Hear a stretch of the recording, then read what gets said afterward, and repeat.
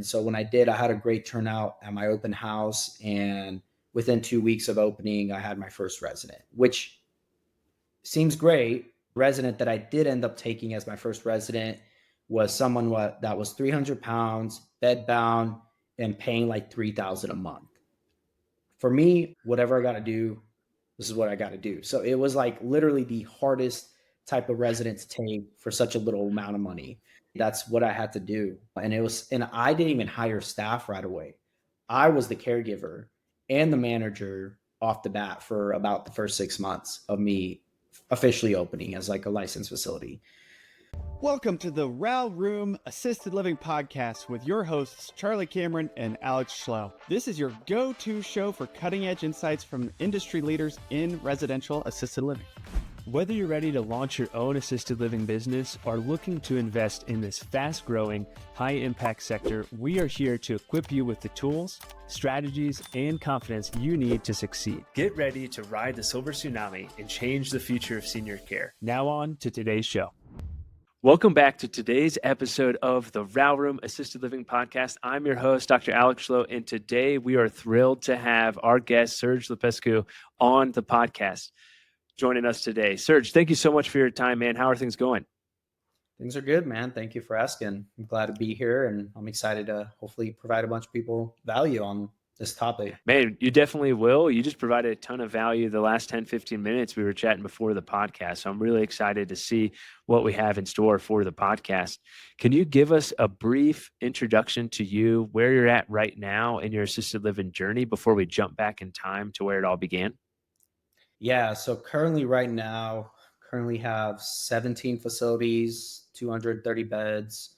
A combination of that are behavioral health facilities and also assisted living facilities. So we're always growing, always scaling. So that's where we're at. And so I started originally with a bunch of 10 beds and then have scaled to centers and now bigger commercial type facilities. That's amazing, man. Where in a geographic location are those homes? I'm just specifically here in Arizona. Awesome. Phoenix area? Phoenix and Tucson. Awesome. Yeah. What a great market. Definitely tons of seniors out there. We have 5 homes out there in the Phoenix, Scottsdale area that we lease to operators and love the market. So that's really cool, man.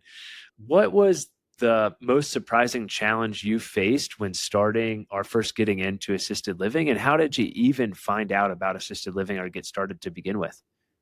Yeah, so I'll start with that second question. So I actually came across Gene Garino's, well, I didn't, but a colleague of mine at the hospital that I was working with. I used to work in the ICU while I was going through nursing school, and that's how I got in the whole healthcare space. But one night I would work night shifts, weekends, and one night he was just like, "Hey, dude, what do you know about this residential assisted living stuff?" And I'm like, not too much. Surprisingly and ironically, my aunt actually was doing it back in Springfield, Missouri, where I was pretty much raised my whole life. And that's where I went to nursing school and all that good stuff. And he was just like, dude, why not look into that after you get out of nursing school? And because I was on the path on actually going and becoming a CRNA, that was what I was looking to actually do. But after talking to multiple CRNAs and having a better understanding of what that's going to take and what my life would actually eventually look like after that, it just didn't appeal to me.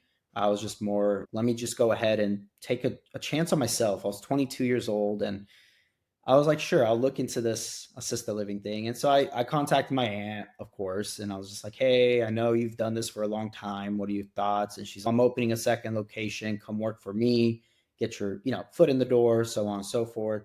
That didn't actually pan out and fell through. And I just so happened to hear always about Phoenix. Like people always had these facilities out here and these homes out here. And I'm a very godly man. And that's something my faith is a huge part of who I am. And so I put it before God and God just guided me out here. And that's ultimately what brought me out here to Phoenix and what kind of got with my nursing background and my experience. And then the fact that I had an idea of what it was from my aunt and came out here to Arizona and the rest is history there. So, and then that's awesome. The challenges I faced very early on was limited capital. I think people underestimate what they actually think it's going to cost to get an assisted living home up and running. That was my first thing. I had no idea how to run a pro forma. I had no idea how to put a business plan together. And for everyone, I was 22 years old. You don't really know a lot at 22, especially when it comes to starting a business. And that was for sure my biggest challenge going in. I worked with what I had and I was resourceful with what I had. I found a small little 4-bedroom, 2-bath in Mesa, Arizona that was brought through a mutual relationship. And so that was a property I leased up. People oftentimes think they need to go purchase these properties or so on and so forth. But this was a property that was previously licensed already. They had just vacated, and the owner happened to be a nurse. And so she completely understood the model, and she was perfectly fine with me leasing the property for a residential assisted living. But streamlined that process for me. And so that was the first challenge. The second challenge was the lack of, at that time in 2018 when I started, was the lack of really affordable information and not really being able to have the right resources or like the consultants that I was hoping for and looking for. And so that was the second challenge, was not knowing what I was getting myself into. And so that took a lot. I made a lot of mistakes. First 6 months of me getting started, there's a lot that happened. And I think fortunately for me, I was young. I had no obligations. If I had to live in my car, I was going to live in my car, which that did eventually happen. I was able to really just weather a lot of things because of the fact that I was so naive and so gullible and so young. And so I could live off of ramen and noodles if I needed to get a business up and running. I know that's now going back, I definitely wouldn't do that in my current position, but fortunately that was what I was able to go through. And yeah, there was a lot of lessons learned there. So we could certainly get into that. But yeah, that's, I would say, that having the capital and making sure that you really properly underwrite your capital expenditure, whether it's you purchasing the real estate or you funding the business, make sure you're very conservative and you just factor a lot of, give yourself enough buffer there to weather anything that may happen, delays in licensing, delay in getting residents, so on and so forth. Yeah, man, that's awesome. That's great advice. I don't want to glass over the fact that you are willing to do whatever it takes to get this business going. I did hear you mention you did end up sleeping in your car, and then of course just eating the ramen. So like you had the drive, you had the motivation, you're willing to take action, and you were willing to do whatever it took to get those homes going and running well. And obviously, it's paid off for you quite well, as we'll talk a little bit more here soon. And that's what it takes sometimes, especially when you're 22 years old and you're just bootstrapping and getting after it. So it's really inspiring and really awesome. I think that'll inspire a lot of people. Serge, what were some of those things that you learned? What were some of those pitfalls or failures that you experienced during that time? Yeah. So I would say the first year was really the most difficult. So what had happened was I took over that home, got it. So I came in, I was, like I said, the mutual relationship I had that brought that property to me, they were essentially going to help me relicense it as at the time, I didn't know what it was, but now I do. But it was supposed to be a behavioral health facility, is what she wanted. It was a lady. She wanted me to go that route just because reimbursement rates were a lot better, so on and so forth. What she failed to tell me was that it was just going to be a lot longer of a licensing process. There's going to be just a lot more things that I would have had to go through with the zoning, so on and so forth. And so what she was wanting me to do was, hey, just run this as sober living. Back then, sober living was not being regulated at all here in Arizona. And so she's, look, I have the connections. I can bring you all these people who just pay you pretty much their social security, which was anywhere from 500 to $1,000 a month, which these people were schizophrenics. They were people with mental health disorders. It just, yeah, they needed a lot of help and they needed the proper place to be at. And I definitely was not the place that they were supposed to. And so me being naive, I agreed to go along with it just because I'm like, hey, you're the expert. Like a lot of people naively agree to do stuff when they're being told to do stuff. And so what had happened was there was a couple situations with these clients while they were there, while I was trying to let her figure out and help me license this place. Was the fire department showed up twice in a week, from one gentleman falling and breaking his arm. Again, I had no liability insurance, none of that, but that's in the past. Fortunately, I didn't get sued, but had I gotten sued, I wouldn't have even a policy or anything in place. And this second situation, a gentleman was reported missing. I had no idea he was reported missing, and he ended up getting pneumonia and almost dying. He went to the ICU and was there for a full month. And that's how they eventually found him, was because he was at the hospital, intubated, and just, it was just a horrible situation. And licensing showed up because what had happened was the landlord that I was leasing from had an active assisted living license that was not the ｃｈǒ process. What I didn't know what that even was. I didn't know I was even supposed to do that. So that just goes to show how naive I was. And so I just was assuming, let me just operate under her active license, which is completely illegal to do, not only because of that, but because of the type of clients I was taking in. Again, I'm completely clueless. I have no idea that I'm not supposed to be doing this. And so DHS shows up, our health department here in Arizona, one of the surveyors, inspectors, and she's there for a compliant survey. And she's there for a complaint that was filed by the fire department. And she walks in, and that was my wake-up call. That's where I realized, oh, wow, this lady is guiding me a completely different direction, a completely wrong direction. And the surveyor had mercy on me and grace, because this same individual was doing this with multiple people and guiding them in this direction. And pretty much what had happened, she talked me through, and she's like, come down to our downtown office. We'll have you shut down the license. You'll reapply for whatever license you actually really want, whether it be assisted living or behavioral health. And yeah, it was just that's just a lesson, right? Is whoever's teaching you stuff, like, trust but verify. And I wasn't verifying anything because I didn't know what to even verify. I was trying to the best of my ability, Google, things of that sort, but that was my biggest lesson right off the bat. Not only that, but she had scammed me for tens of thousands of dollars during this time, right? I paid for documentation that was literally on purple paper. I'm not even kidding you. And it was a bunch of food menus and things that were not relevant at all to actually what licensing would need. Or what they would look for. I didn't even have a proper policy and procedure, nothing. It was just, thick old folders with purple paper. And I laugh about it now, but it was just ridiculous. And so that was my first lesson. Second lesson, don't give money just so easily. And just don't, if you have doubts and if you have that inkling in your stomach and your gut of saying, don't continue to move forward because something feels off, follow that. And I had that gut feeling. And I was 3 months in at this point when DHS showed up like this. And so what had happened was I went ahead, reprocessed everything. And this is where my faith plays a huge part, where I was like, God, look, I'm on my last couple, like I had, I think, $1,500 left after all my money had disappeared at this point because of this lady. I was like, God, just guide me. And so I knew I had to go get my manager certification for me to operate my assisted living that I was now in the process of getting licensed. And at the school, one of the teachers, instructors there happened to be like, look, if any of you guys need any assistance with documentation, so on and so forth, feel free to let me know and I can help you guys. And so I had approached her, told her my situation.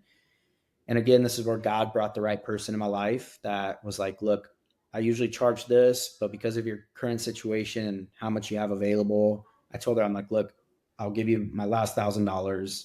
The $500 went towards paying for my manager's class and all that. Here you go. Can you help me? And so she decided to go ahead and help me. And yeah, we got licensed in 2 months. So I'm here now at my the 5-month mark of my first year, finally licensed and now finally in compliance with everything. And yeah, that was where I think that whole concept of not giving up comes into play. And in my situation, that was like that break or make moment where it was like, if that lady probably hadn't shown up, I don't know what I would have done. I probably would have figured something out and God would have opened the right door and brought the right person in. And so, yeah, that's just a little inspiration for people. If you feel you ever get to those moments, and you will, it's not an if, a matter of when, don't give up. Just know that just keep showing up every single day, even if it doesn't feel like you're making any progress or getting anywhere. So that's just a little bit. And then, yeah, it slowly, and in that period, while I was getting licensed, she was telling me, hey, my new person that was helping me was like, look, start getting out there and that you're going to be opening a home. Go to all these places. So she just gave me places to go, people to contact, email, and I got right on top of that. That was case managers, hospice liaisons, that was placement agents, that was all these people who had these residents that I knew I wouldn't have to pay right off the bat for some marketing that I knew wasn't going to work because I couldn't even afford it. And so I was already building up that list, emailing everybody prior to me opening my home. And so when I did, I had a great turnout at my open house. And within 2 weeks of opening, I had my first resident, which seems great. Resident that I did end up taking as my first resident was someone that was 300 pounds, bedbound, and paying like $3,000 a month.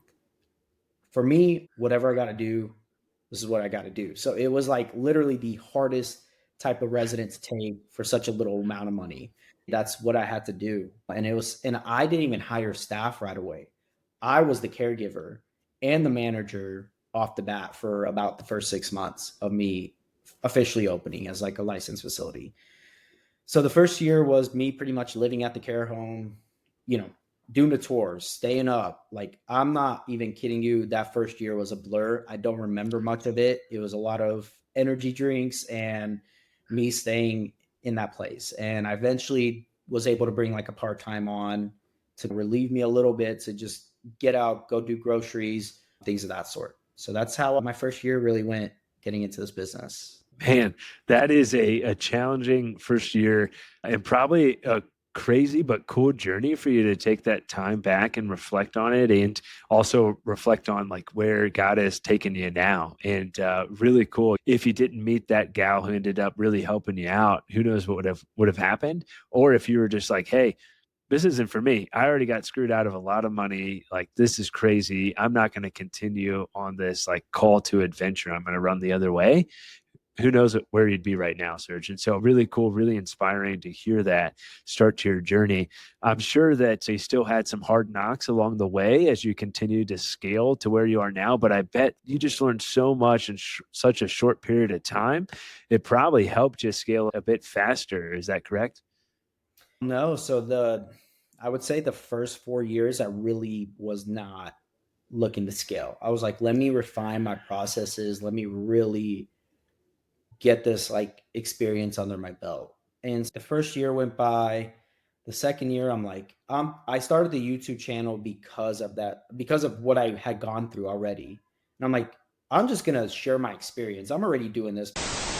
Sorry to interrupt this episode, but if you're listening to this, then you're already an action taker. And that means you are exactly who we built the Ral Room Assisted Living Mastermind for. If you're ready to unlock financial freedom by launching your own residential assisted living home, our community of like-minded entrepreneurs and industry experts will give you the exact steps to make that happen. From licensing to acquiring a home to funding your home to scaling to dozens of homes, we've got you covered. We don't just offer guidance. We provide you with the roadmap, the resources, and the launch pad for your success. And the best part, the investment in yourself today will pay you back many times over, giving you freedom, fulfillment, and financial success in the most incredibly rewarding opportunity in real estate. Ready to dive in? Check out theralroom.com and join us today. That's the RALroom.com. Hope to see you soon. Now back to the episode. Might as well talk about it, film it, whatever. And that was really the goal with the channel.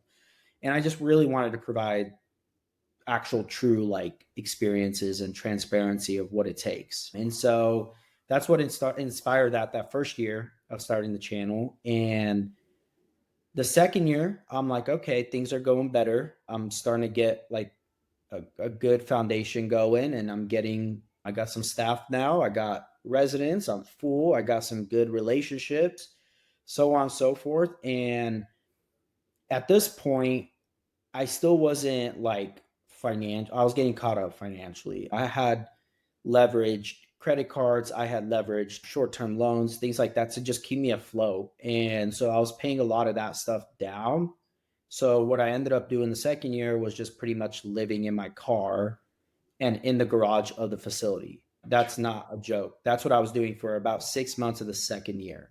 And that was more so to cut down on my expenses. I wasn't going to go rent out. I'm going to go do any of that. I'm like, look, I had to figure this out. This is just how I'm going to do it. Not that I suggest everybody do that, but so that first 6 months, and then what had happened, I caught the shiny object syndrome. And what happened there was I have a cousin who was doing Airbnb, and he was doing the whole rental arbitrage stuff, and he was scaling that quickly. And I'm 23 at this point. Yeah, 23 at this point. And I was like, man, I'm going to do Airbnb too. Like my assisted living, I got that all figured out. Great.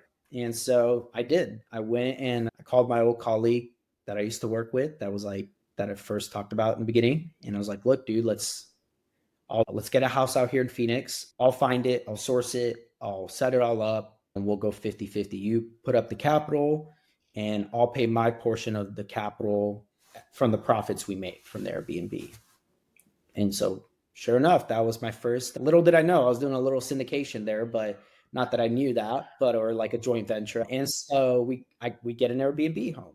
And here I am running an assisted living and an Airbnb. And they're both doing phenomenal, except for the assisted living. I had a staff member there that caused some issues and some families.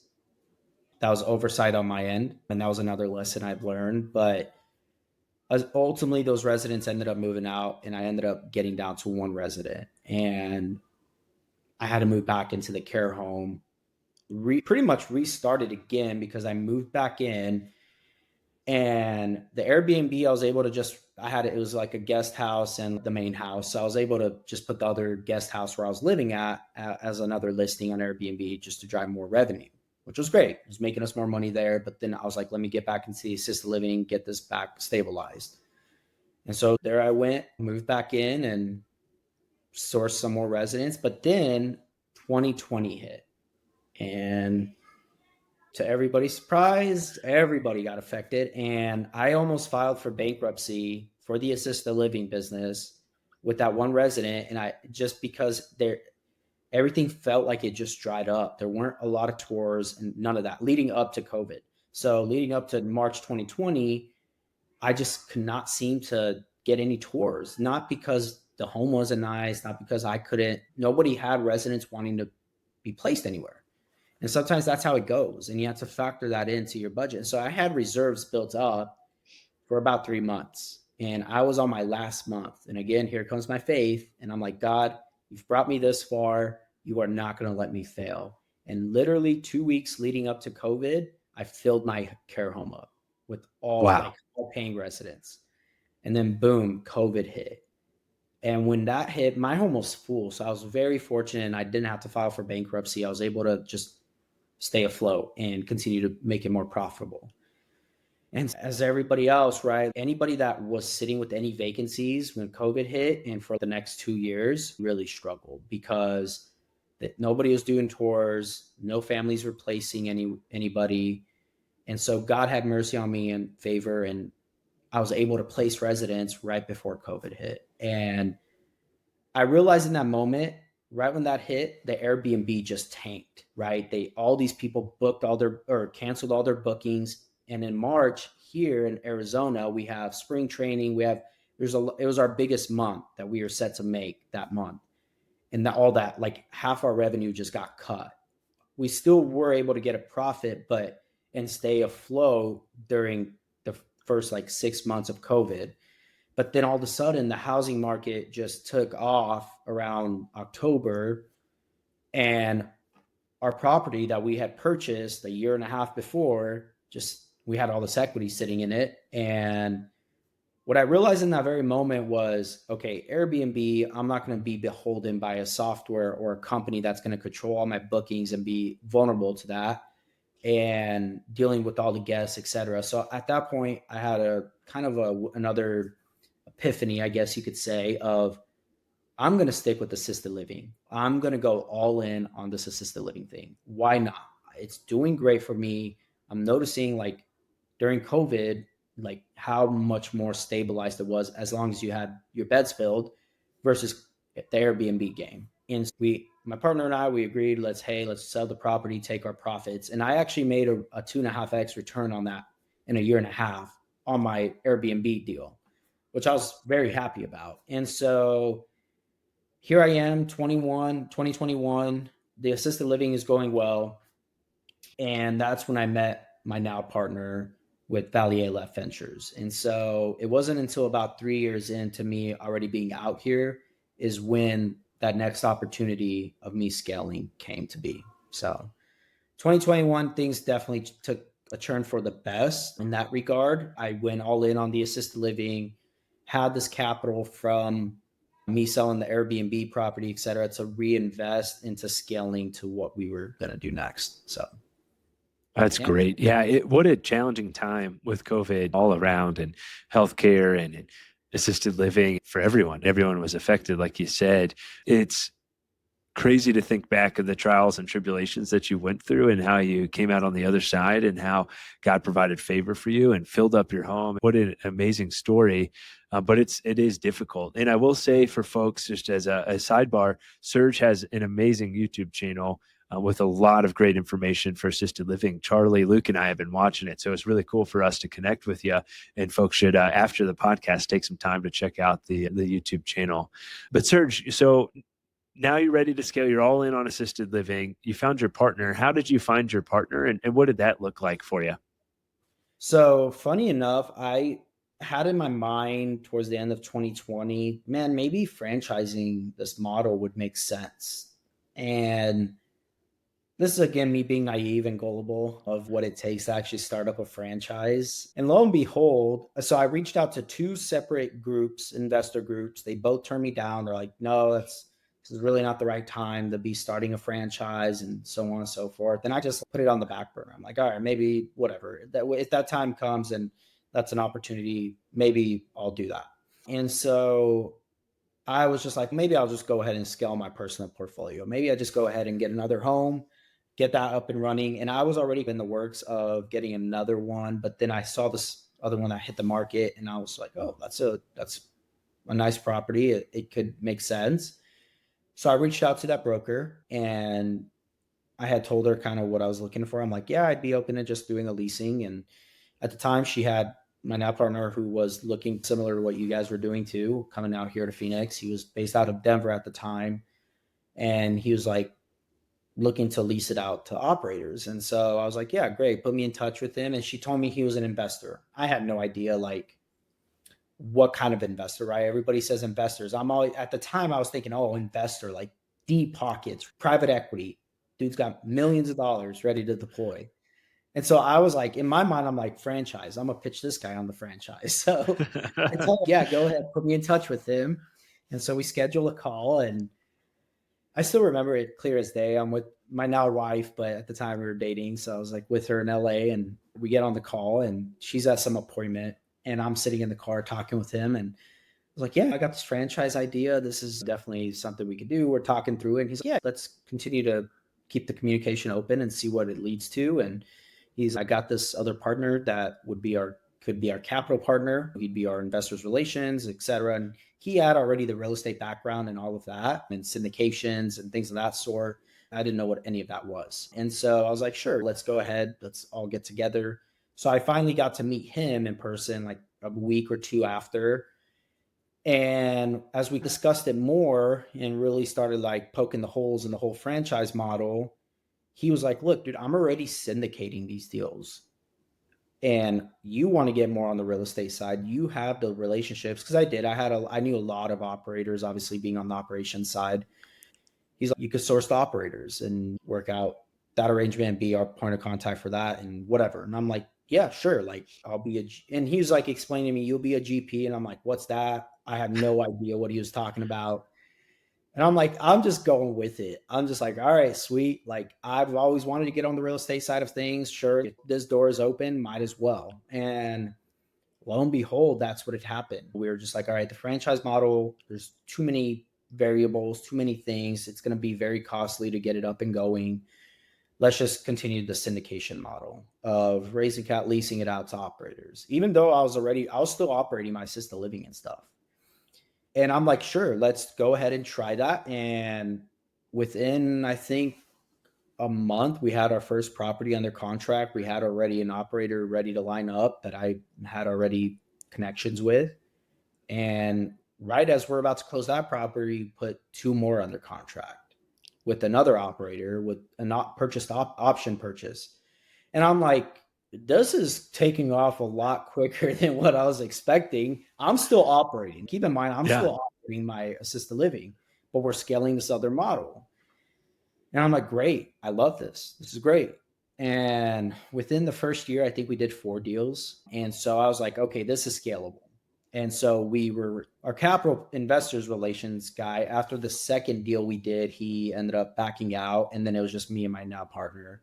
And we're like, and keep in mind, I've never raised capital. My first raise was for that second deal, and it was $100,000.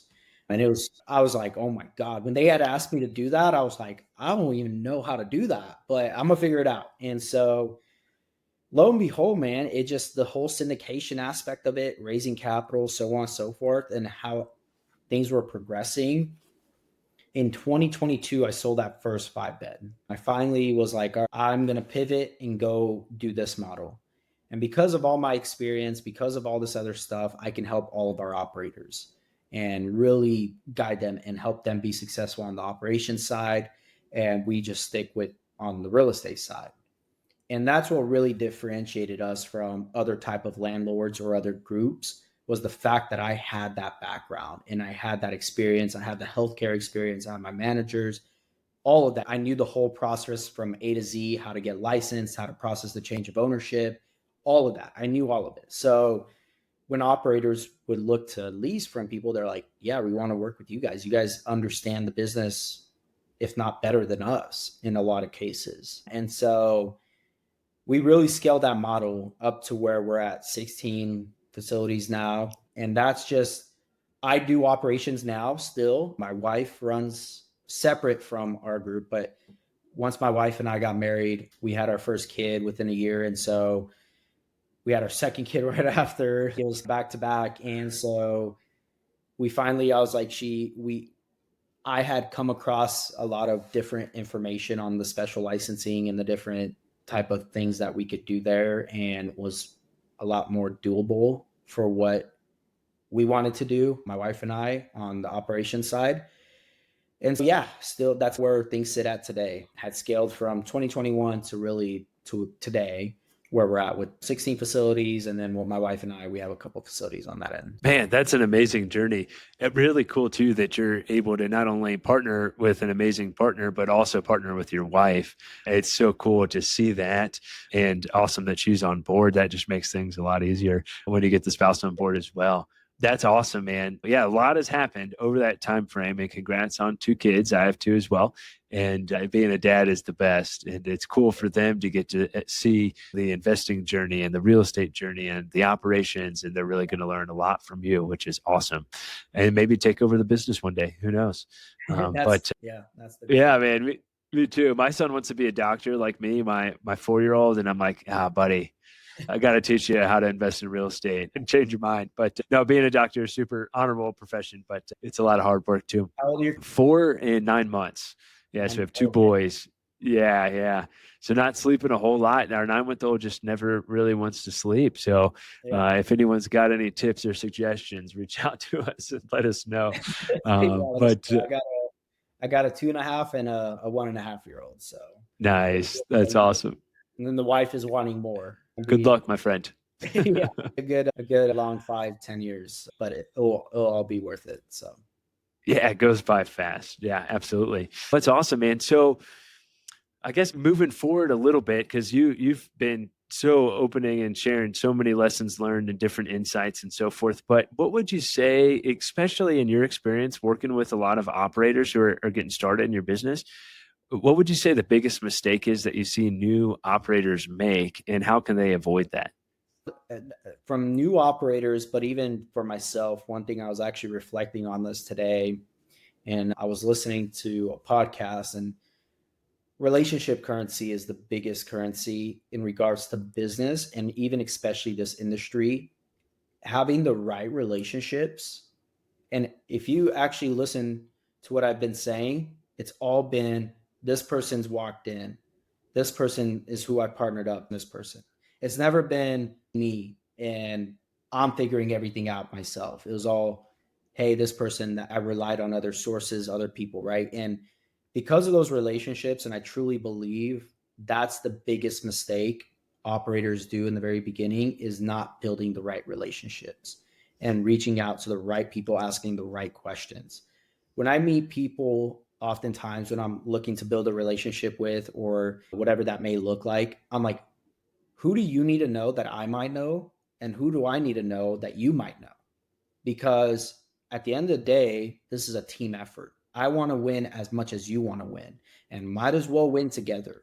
And if I can help you and you can help me, and I can refer you this person that's going to potentially help you expand your business or push this goal forward, by all means, here you go. And that is what I would say for most people is really, truly. And I think that's why there's so much benefit to having consultants and having masterminds, or people that you can rely on that have the right connections to the people that you need to ultimately get in contact with, that will help push your goal forward. And so to me, that's been the biggest mistake people do. They just don't have the right relationships. Doesn't matter how beautiful your care home is. Doesn't matter how great of a location it is. If no one knows who you are, and no one knows that you're there, and no one even, you don't have those relationships, it's going to be irrelevant. You're always going to sit with a vacant home. You're never going to make any money. You're never going to get anything up and running. And to me, I always tell people, especially with operators that I work with, and I'm like, who do you know? Why, how are they going to help you? And what experience do you have? Because if they can't give me like actual people and where they're connected with, and where their sources are going to come from, whether it be referral sources, whether it be funding sources, right? If they ever have a slow month or something happens, do they have access to capital if needed? Things of that sort, right? And so that's what I would tell people, is that would be the biggest mistake, is them not having those relationships. And yeah, that I've seen that time and time again always come to fruition when I needed it most, was having that relationship currency. That you always hear it too, is tell me who your network is and I'll tell you who your net worth is. And the net worth aspect, it's like they refer to the money, but I think having the right network, you could always start anything from scratch with the right network of people, with the right relationships, and the right trusting aspect to it. Yeah, I couldn't agree more. I think investing in human capital, investing in relationships, that's the best investment you're going to make and the best return on investment you're going to make. And so important to just network with anyone you can, provide as much value as you can, be willing to help them out in other ways, and you never know what's going to come back. I love that. That's such great advice. And a lot of people don't take that seriously. And I think even myself, when I was first getting started investing in real estate, like, 7, 8 years ago, people kept telling me that, you got to network, you got to network. And I was like, I'm busy. I'm a doctor. Like, I don't have time for that or whatever. And I kept pushing that off. And then I realized, like, hey, they're right. As I started going to meetups and then starting the 2 podcasts, that was the best thing I could have ever done. And the amount of incredible networking, relationships, deal opportunities, growth, all the things that I've learned, it has propelled me so much faster to who I am today. I think where I am today would have probably been where I would be in 10 years if I was trying to do it by myself. And so just absolutely worth it. So if you're listening to this and you're thinking like, hey, there's a meetup, I don't know if I should go to it, or hey, I want to reach out to this person, just do it. You never know what's going to happen. Just one relationship can completely change your life. And that is fantastic advice, Serge. Yeah. And I think and I would say for most people though, don't go asking for things when you go to those relationships or get in contact with them. Truly provide value. Come with Yep. something you can personally do for them or offer them, whether it be another relationship that you think that they would need or would want to have access to, or whether it be, you know what I mean? Don't just come empty handed and just be like, give me something. No, if you can come and provide value to them, it's just going to be so much more meaningful for them. And it's going to be a lot more, you're going to be remembered a lot easier if you can come and provide true value for somebody. Yeah, the tips I tell folks if they're looking for a mentor or looking for someone to help is exactly that. Like, first, lean in with value. What does that person need? How can you provide that value? That's how they're going to take you seriously. Do not Instagram DM them and say, hey, I want to pick your brain, or hey, let's grab a cup of coffee sometime, because your time, Serge, is very valuable. My time's valuable. Like, why should I take away time from spending time with my two kids to go have you pick my brain or get a cup of coffee? Like, first, lead with value. And then the other thing that's really important is if that person gives you a suggestion, like, hey, read this book or do this thing, actually do it and follow up with it. Because then that shows, hey, you're really committed. You're not only are you willing to provide value, but you're also committed to what they're telling you. Hey, that's someone that we want to invest our time with and invest with and potentially invest with on a property or something down the road. And so really important to lean with value first, provide that value first, and then what they tell you to do, actually do it. Because the number of people, like I have folks who'll reach out to me often, they're like, hey, I want to pick your brain. And I'll send them this huge list of different podcast episodes we've done that I think would be helpful, or blog posts to read and books or whatever. And I'll say, hey, read through this, look through this, and then book a call with me once you're done doing that. I don't know, 10%, 15%, maybe actually do that. And then I'm stoked to have those calls because I know I don't have to start at the very beginning of what is a residential assisted living home for the 50th time. And yeah, anyways, I could go off about that, but it's really important to do that. And those mentorships or those relationships are going to expedite time so much. Think about if you just get your assisted living home full and licensed and fully occupied 6 months faster, like how much capital that is, how much of an investment return that is. It's massive. And so it's absolutely worth it to put in that time and effort. Oh, absolutely. And I'll tell you right now, even at my like level and stuff, I'll give you an example. When my wife and I started doing the stuff that we're doing, like with the special licensing and all that, there were relationships that I was pursuing that I knew I had the information and the knowledge and the wherewithal and things that I needed in order to proceed that process. I've been doing this for a long time. I have a track record and so on and so forth. Even with that, there was resistance and people like shutting me down or telling me no and rejection and blah, blah, blah. Now, had I been egotistical and been like, look at me, and like puff my chest and be like, look what I've done, that wouldn't have served me in any way. Instead, I said, that's perfectly fine. I completely respect that. And I know is a skill too. Saying no is also a skill. And so I respected people that were like that. But that would just lead me to the next door and to the next person and whoever. And then eventually brought it all together. But it still took me having to use my credibility. And even if you have your credibility, that may not even get that door open or that relationship. Even with like lenders, you could have a great portfolio and you could have a great track record in return for investors and so on and so forth. You're still going to have a lender tell you, nope, can't do it. Sorry, not because we don't like you. We just can't at this moment.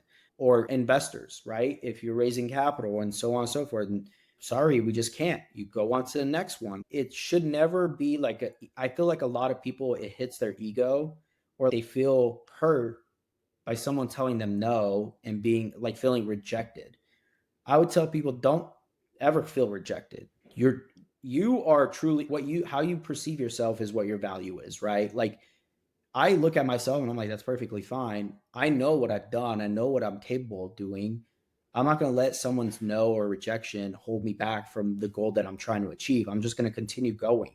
And so I would encourage people, even if you're told no and you don't get a certain relationship or like a certain person, that's perfectly fine. That's just going to lead you to the right person eventually. So just keep on knocking on doors. If you truly are passionate about something and truly want something, where there's a will, there's a way. Sorry, those are my kids in the back. But where there's a will, there's a way. So as long as you're willing to do something, you won't ever have a problem getting there. So Absolutely. Yeah. Yeah. Lead with giving, have that go-giving mentality, that go-giver mentality. It will really get you far. And just keep asking questions, man. The quality of your life is determined by the quality of your questions. So keep asking those questions, keep reaching out to those mentors. Yeah, I love that. I hear the kids getting a little rowdy, so we'll move things along here, but this has been awesome, Serge. Looking at the future outlook, what are the biggest trends that you're seeing in the assisted living industry right now, especially in the residential sector? Yeah, I think the biggest one that I'm seeing right now is with the Medicaid kind of pivot. I think what has happened now with the new administration, which I'm all for, and I love what they're doing. But I think one of the biggest things that I'm sensing, even from us, but even from other big operators and even just the residential assisted living, like the Medicaid and stuff, I think that's the biggest thing that I'm noticing is what I'm focusing on a lot more on, and what we're pivoting to is having our, like, we're going to take on operations on a larger scale, but really focusing on private pay. And most people would be like, really, private pay versus trying to get state funding or Medicaid. And the reason being is because here in Arizona, we've actually gone through this twice already, where on the behavioral sector, there was a lot of fraud that had happened, and there was a blanket moratorium placed on everybody in the behavioral sector. And that paused funding or billing for all providers, whether they were a small provider, big provider, did not matter. And if you ended up on the suspension list because they did find something that you were doing fraudulently, which a lot of them were, then ultimately you were blacklisted and you could not be going and applying for any type of new Medicaid ID and that whole process, and then eventually even getting a license. So we've seen that the first time around. And now the second time around, there's a big mismanagement of funds from our governor here, where a lot of Medicaid is being affected. 50% of our Medicaid here is state funded, and then the other 50% is federally funded. And so with the mismanagement of the governor here, not every state's going to be like this or experience this, but they're now saying there's going to be like a 3-month gap of where they're going to pretty much billing is going to be paused, not because providers did anything wrong, but because of the fact that the budget hasn't been finalized, and it's going to take about another 3 months for that to be finalized. So pretty much they'll get back pay and reimbursement for those 3 months, but most operators that are very heavily Medicaid, even assisted living, like REL owners, the likelihood of them having to float those 3 months is probably going to be something that's going to happen. So I would say for a lot of new operators, definitely look at that. I have facilities that are Medicaid. We also have, like, on the syndication side, we have owners that are just strictly private pay. Some are doing kind of a hybrid of private pay and Medicaid, but be very cognizant of that, because I think most people, if they're going to go underwrite thinking they're going to get this type of reimbursement rate because of Medicaid, and like this situation happens, or DOJ ends up cutting Medicaid, whatever, by what percentage, we don't know yet what that's going to look like, how much that's ultimately going to affect a lot of this. But that's the biggest thing that a lot of us are looking at very closely and being very cognizant of, because it's definitely, I know a couple operators on some facilities where they're going to have to float $2 million of payroll for the time frame of 3 months. That's just payroll, not including leases or mortgages or any of that. So there's a lot of that. And there, in those situations, I'm like, look, there's opportunity that's going to arise, right? You're going to have a lot of operators who are not going to be able to float that, and they're going to have to either sell some equity shares into their company if needed, or their businesses, in order to float them during that period. So That's great advice. Yeah. And something to definitely look at in your area and where you're thinking of getting started or investing in. You're exactly right. That may lead to a lot of opportunity for folks who just can't weather that storm and that 3-month gap. I can't imagine having 2 million in payroll that you would have to float on top of all those other expenditures. That's wild.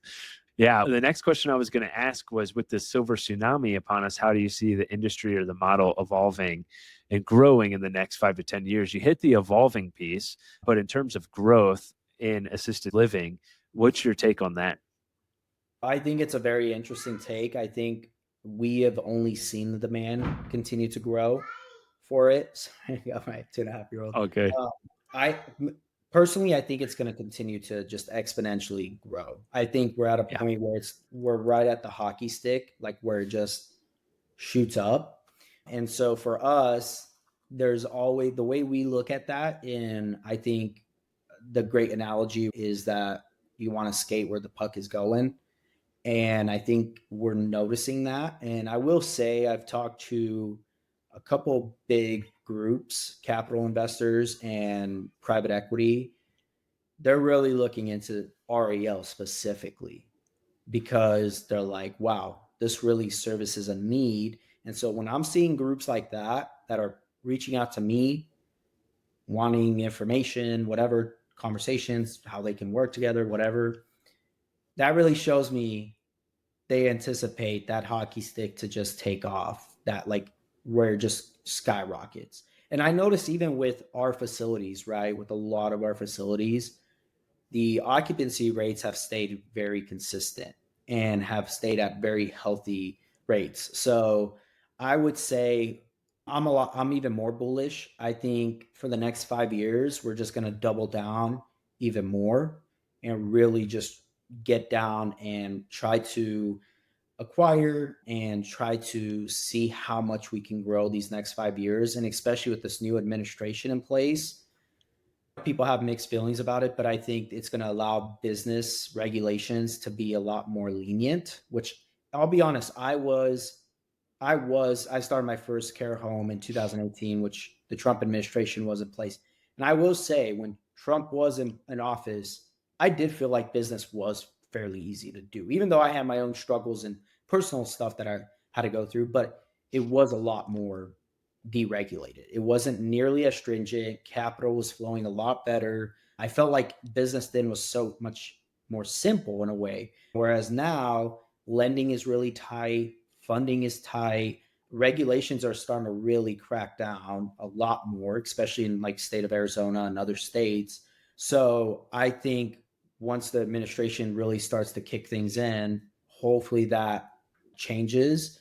And not all regulation is bad. I will say the regulations that have been implemented here has weeded out a lot of bad actors that have caused a lot of the fraud and misappropriation of residents and neglect and things of that sort. And so that's a good thing. But also, I would say moving forward, I think this is going to be the greatest time to get into this, to be honest. I think it's going to be one of those things that people are going to just be able to, it's going to be hopefully become more affordable, but things are just going to continue to get more expensive regardless. So I think the cost of health and what residents are going to be willing to pay is going to continue increasing and stay consistent. So we're bullish, if that says anything. I know there's a lot of groups that are very interested. I'm not going to throw names out, but I will say definitely get on the train because I think it's personally left already. I feel like it's left 2-3 years ago, but I think it's still slow enough for people to hop on and grab on and enjoy the ride. So I would say with this asset class, with residential assisted living versus other asset classes, it's one of those things that you truly have to be passionate about it. I mean that. Like, you can't just pretend, oh yeah, let me just get in it for the money and ride up this silver tsunami. There's a lot of challenges that come with running this type of business versus like even an apartment building or a self-storage unit or Airbnb or any like all these other niches, right? I will say this one, I love it because the red tape is there and most people don't want to navigate that red tape to figure it out. So it gives just the competition, the barrier of entry is a lot higher. Whereas a lot of these other niches, yeah, the barrier of entry is a lot lower, but you're dealing with a lot more competition from investors and groups and things of that sort. And so I will say, I think there's still plenty of opportunity, whether it's opening your own, whether it's acquiring places. We've acquired existing businesses and existing places. We're currently about to go under contract on a 35-bed center that's a well operating turnkey facility. And it's one that just happened to be off market, great deal, getting at a very good discount. And the opportunities are there. Now, what I will say is if you have not been staying active in the market, meaning you haven't been trying to purchase something or continue running your operations, things of that sort, with lending right now, it's very difficult. Even for a group like us, and even for lending has tightened a lot. Even on the commercial side, residential won't even touch residential assisted living type existing facilities. So we have to always go commercial financing. But even with that, and even with our track record, and even with our portfolio and everything I do in my experience and stuff, they're really tight. Like, I would tell people, if you haven't been active, it's going to be very difficult for a period. I don't know how long that might be. Hopefully the people are saying we're going into recession. People are saying we've been in a recession, all kinds of stuff, right? Like all the noise. But I will say, just get out there and get going. I literally have been through the Trump administration, the Biden administration. I've been through COVID. I've been through all of it. We've purchased, we've bought, we've stayed active. We like things that you shouldn't stop because of what is happening in politics, especially us on Main Street. We should always be constantly staying active. A lot of the times, yeah, you'll feel it somewhat, but it's very rare what they're doing in Washington, and all the politics really affects us like at a very personal level. Yeah, cost of goods will go up and things of that sort, but I'm talking in regards to business. Just keep, like, we live in a great country, so just go out there and just really put your best foot forward and really try to get things going, because eventually no one's going to do that for you. I'm not going to do it. You're not going to do it. Like, you have to personally just get up every single day and just continue to pursue that thing that God puts on your heart, is what I would say. So I'm excited for this space. Man. I'm excited for a lot Yeah. of people to really grow in it. I think it's great that there's even more people like yourself. And I've seen some other individuals popping up like on TikTok. And I love that. I love the fact that people are doing that. And I'm glad we connected. I'm connected with a couple other people that are big on TikTok and Instagram in this space. And there's room for everybody. If there's anything I've learned, is don't ever be of that scarcity mindset. Always be willing to connect with people. Like I said, relationship currency, and always have that abundance mindset no matter what. So, man, this was gold. This last like 6-7 minutes, folks, go back and listen to it. I completely agree, Serge. And I think the demand is roughly 950,000 to 1 million bed shortage. We're not making these beds anywhere fast enough. There's no reason to have a scarcity mindset. Literally everybody you and I come in contact to could make or build a couple of these homes, and we wouldn't even put a dent in the number of beds that are going to be needed down the road. And so the more we can get that information out there, the more folks want to invest in assisted living, the more beds that can be created to provide exceptional care for seniors. That's what it's all about, man. yeah. And I would tell people, don't limit yourself to just seniors. I think most people, because it is such a kind of more of a mainstream thing to think senior care, but like, you guys don't understand how many different types of populations you can service. Like on the behavioral sector, we're talking about people with substance use disorder, people with out of prison with reentry programs and reentry grants, and even on the special licensing with people with just dementia or Alzheimer's or developmental disabilities. There are so many different niches within this niche, which I absolutely love, because we're not capped off on doing one set type of like location, right? And especially on the real estate side of things, everyone just thinks, oh, maybe just a single family home. No, on the commercial side is where things get even more fun. So I would tell people, don't think that it's just residential assisted living, or don't think there's definitely like behavioral health residential facilities. There's sober living facilities. There's all these different types of niches that you can get into the space. And it's just whatever speaks to your heart, right? A lot of these people will pursue certain niches because it speaks to them and their experiences and what they've had to go through. And so that's what I would tell people. Don't just, and there's a massive shortage of care regardless, right? Most people don't understand how big of a shortage there is for care.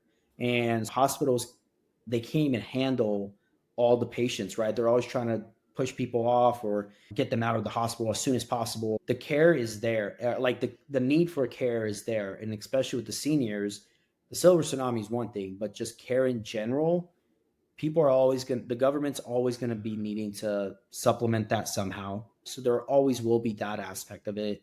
People are always going to be willing to pay out of pocket privately for great care. That's not going away. And people literally, I have people that are paying $8,000 to $15,000 a month in some of these facilities we have. Like, there is no shortage of that. And it's just a matter of truly pursuing what it is that is relatable to you. I love developmental disabilities. I love people with dementia and stuff because I've had that experience in my own personal family. So like that stuff speaks to me. And so that's what I would tell people too. Yeah, fine. It's residential assisted living. It's just so many other niches too.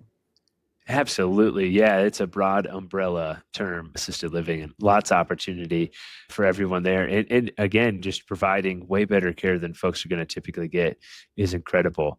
Before we go, how can listeners learn more from you, reach out to you? How do you want them to contact you? And is there anything that you want to promote or provide for the audience? I would just tell people they can go to my YouTube channel, Serg Lupescu. Like I have, I think over 400 something videos. There's just a ton of content in there. It's like over 5 years of me putting content. I still put out content as much as possible. I'm also on TikTok too. I try to do as much short form, like quick little videos, 60 seconds, whatever on there too, just to touch on certain topics that people, a lot of common questions, things of that sort. And then Legion Assisted Living Academy is another thing where I offer one-on-one mentorship calls. Those are 30-minute mentorship calls. And then I do offer like a documentation package, pro forma templates, things of that sort, just resources that people can purchase. They're not like crazy expensive, fairly easily affordable for most people. And then I do offer like one-on-one in-person mentorship, which a lot of people seem to really enjoy that.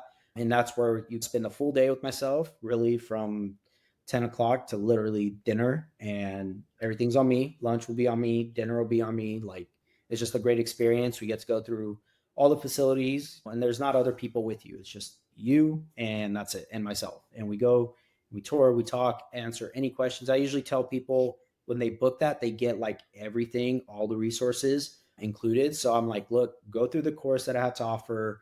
Go look through the documentation package. There's literally tutorial videos on everything for that. So you can go through that. And then when you meet with me in person, it's like you get to really see it in reality. So it's like all that is a good foundation. And then when you come and meet, you're like, oh, wow, here it is. This is how it all works. So it's like a cool full circle moment. So I would say that is, and then yeah, Legion Assisted Living Academy at gmail.com is where most people will email me. We do have my company with my partner, Valley ALF Ventures. That is where we offer the opportunity for investors who literally want to invest passively, right? They see the opportunity.